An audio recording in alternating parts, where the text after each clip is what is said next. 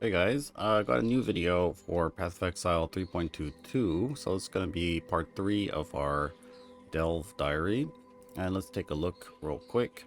So, we have actually progressed pretty far. You can see we are actually on the top 20 leaderboard. We're currently at rank 18 at 3,239 depth. And probably will be going up to 3,000, 500-ish, maybe sometime today. So we'll be around, close to in the top 10. Top 10 should be pretty easy to get as we are speeding through the 3,000 depth. I was a little bit concerned about Lightning Strike, how it would perform in Delve at deeper depth, mainly because, it doesn't really have shotgunning potential. And if we look at a lot of the skills that people are using on, let's take a look at PoE Ninja real quick. You're going to see some, definite trends, in the skills that people end up using is usually skills that have sort of infinite scaling, you could say, or, have shotgunning potential. So you see Molten Strike. We have Tornado Shot. Well, I guess Neurotox was actually playing Eye of Winter for his Delve push. So, Eye of Winter. These Eye of Winter projectiles can shotgun. Venom Gyre. I'm not really sure about this guy here. But anyways, we got Molten Strike. Most people are playing Molten Strike. We got someone playing Splitting Steel. I think this might be all shotgun as well. I'm not sure. And then, we have the I don't know what this one is. This guy is playing a ZHP build. I'm not really sure. And then we have Bone Shatter, which technically does have infinite scaling due to trauma stacks. And then, we have another build here. Not really sure what this one is. And then we have, this is me over here with Lightning Strike. Probably the only one playing Lightning Strike that's at this depth. Mainly because, Lightning Strike just doesn't have the shotgunning potential to scale damage and, or infinite damage from Bone Shatter and all this kind of stuff. So you can see here, there is some people playing Smite. Smite is in sort of the same situation as Lightning Strike, where it doesn't have that. I guess Ball Smite does have some shotgunning potential, but you can see most of the skills that are going to be played are skills that have that sort of scaling mechanic in them. So I was a bit concerned about how Lightning Strike would hold up, but so far it's been pretty good, and we've just been blasting through the depth. I haven't really had to actually look at the mods of the area and actually, try to skip areas with rippy mods and that kind of stuff. None of that has really stopped me at all. I have noticed, in every now and then there'll be a combination of a rare mob with an area mod that does give me trouble. There have been a few of those places, but not really much that has slowed me down or has made me change my path. Actually, the only time I've changed paths is because I've ran into an abyssal depth. This is a abyss, and the abyss gets bugged basically, and it just never ends. So you can't actually complete it. So you have to go around. That's happened already 2 times so far, and I honestly haven't noticed a change in difficulty from about depth 1500 up to now. It's pretty much all been the same, difficulty wise. Bosses too. The bosses, they seem to go down in the same amount of time as before. So I'm not really sure what is going on. And you might have seen in the title of the video, very clickbaity title. Sorry guys. So 5 length, 3000 depth with a 5 link. So you can see here we don't have 1 gem. We are actually going to go run a node on a 5 link. And the reason why I wanted to do this is because for a couple of 100 depth or so, I'm not really sure, 500, 600 depth, I've been using Divergent Behead. Now, why am I using this? Well, I was already doing a lot of damage, and I did want to try to grab a Soul Eater buff and then just go ham with that, and maybe that'd be cool. There's a lot of cool buffs you could steal.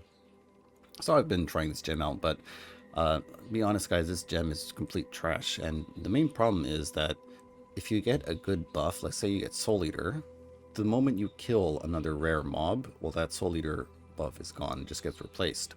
So this gem is pretty, I don't know, it's in a bad state, you could say. So, and I think, yeah, I've only got Soul Eater once the whole time I've been testing this gem out, and I've been testing it out for quite a while, so.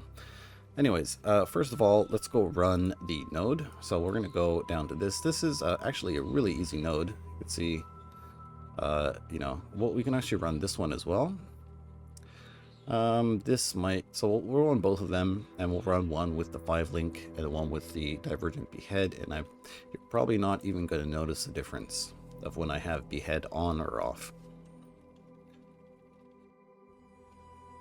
Alright, so let's just jump over to the node. Still rocking Leap Slam, no phasing. Who needs phasing when you have Leap Slam, right?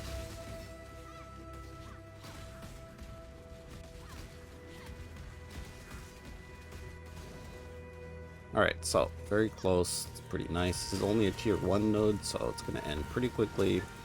And you can see, even on the 5-link, things are dying relatively quickly. You do have to kind of watch out for if we do get some kind of degen, and put our mark up for this guy. This guy is going to activate Darkness, I think.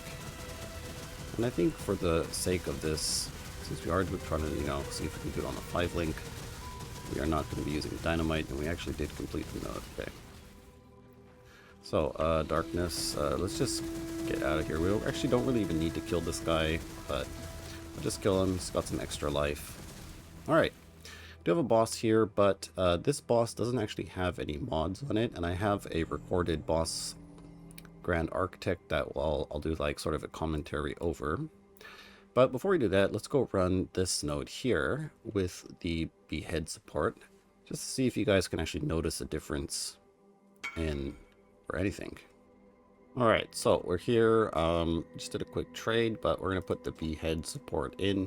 So this is actually a 20% more damage multiplier, because it does give us 50% more damage with hits against enemies on low life, and low life is now 50% of their health, right? So it is technically a 20% more damage support, so on par with stuff like Fortify support and those kind of things, right? Or Maim support, or I'm not really sure, right?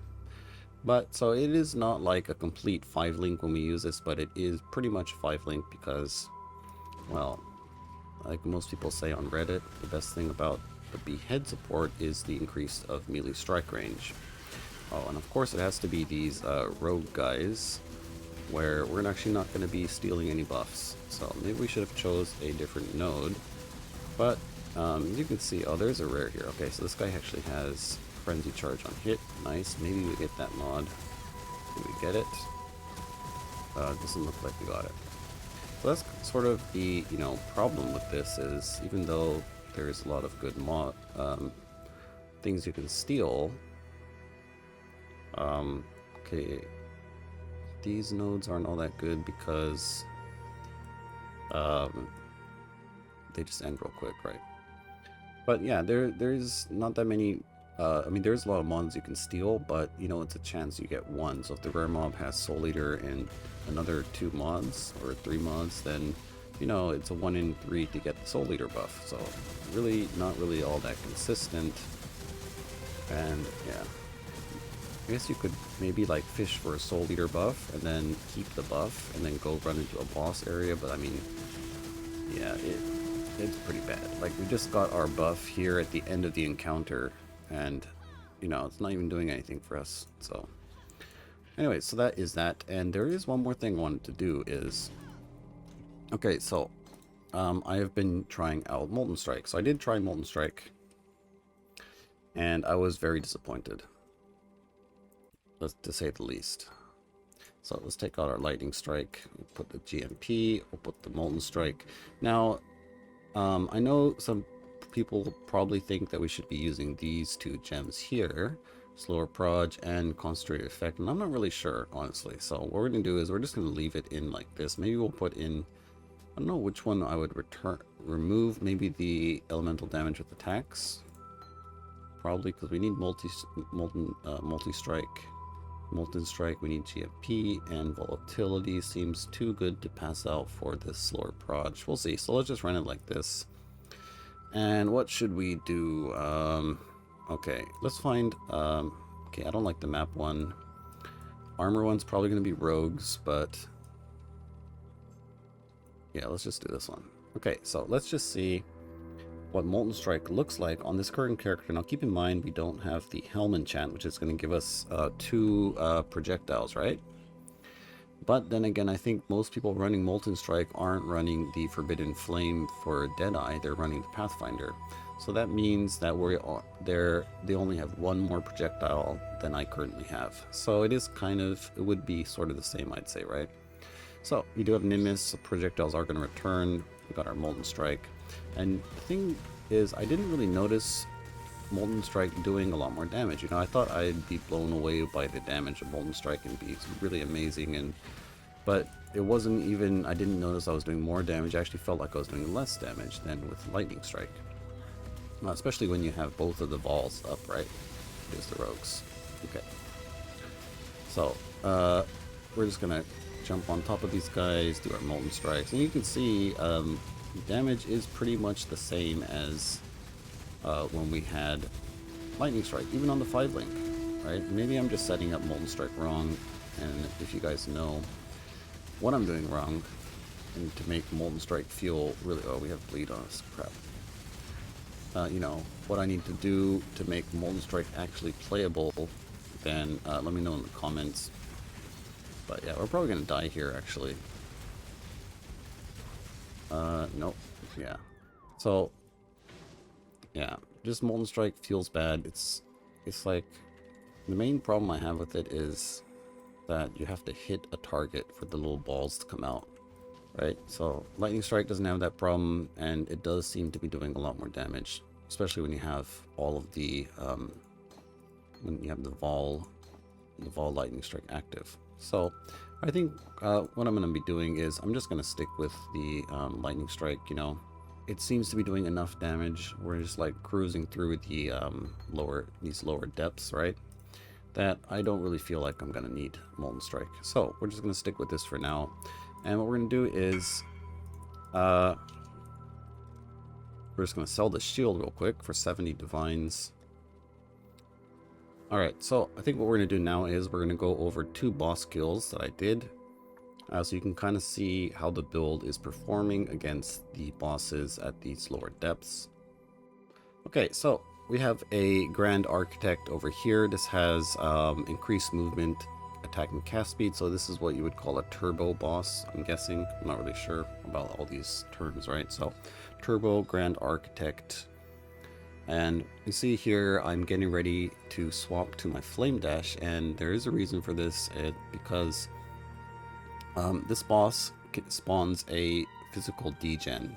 It's like blood pool on the ground, and in my experience, Leap Slam isn't fast enough to actually jump out of it, especially if the area has increased area of effect on it, and this time it doesn't, but Leap Slam is just way too slow to leap out of it, and you're pretty much going to be dying before or while you're leaping out.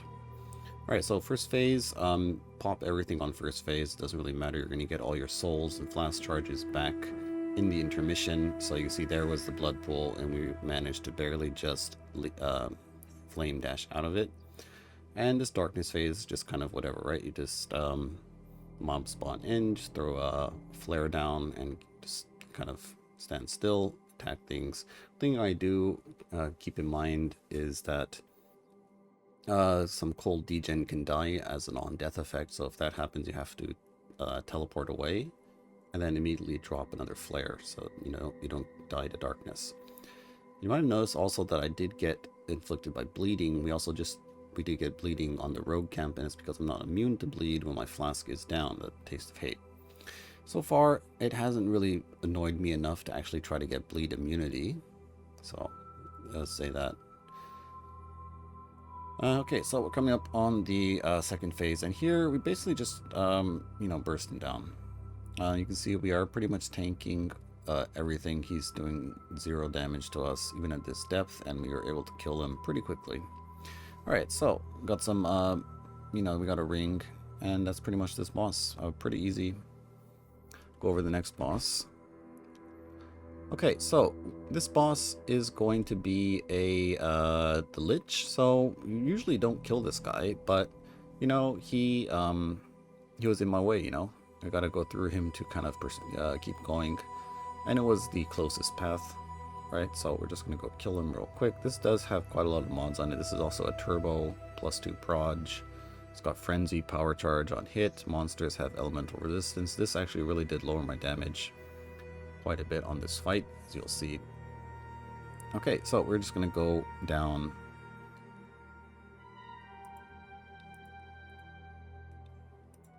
And while we're going to the boss, basically, what we're gonna do is try to get some Vol Lightning Strike charges. Once we get the charges, we'll go in. And first phase, I think you probably could use everything, because in the intermission phase, when the monsters spawn in, you can just get your Vol souls back. But I decided just to kind of hold on to those till the third phase. And we're just gonna hit him down. We go into the darkness phase, so we just pop a lantern. Same thing as before, in these darkness phases, you just kill the monsters, watch for ground degen, and then that's about it.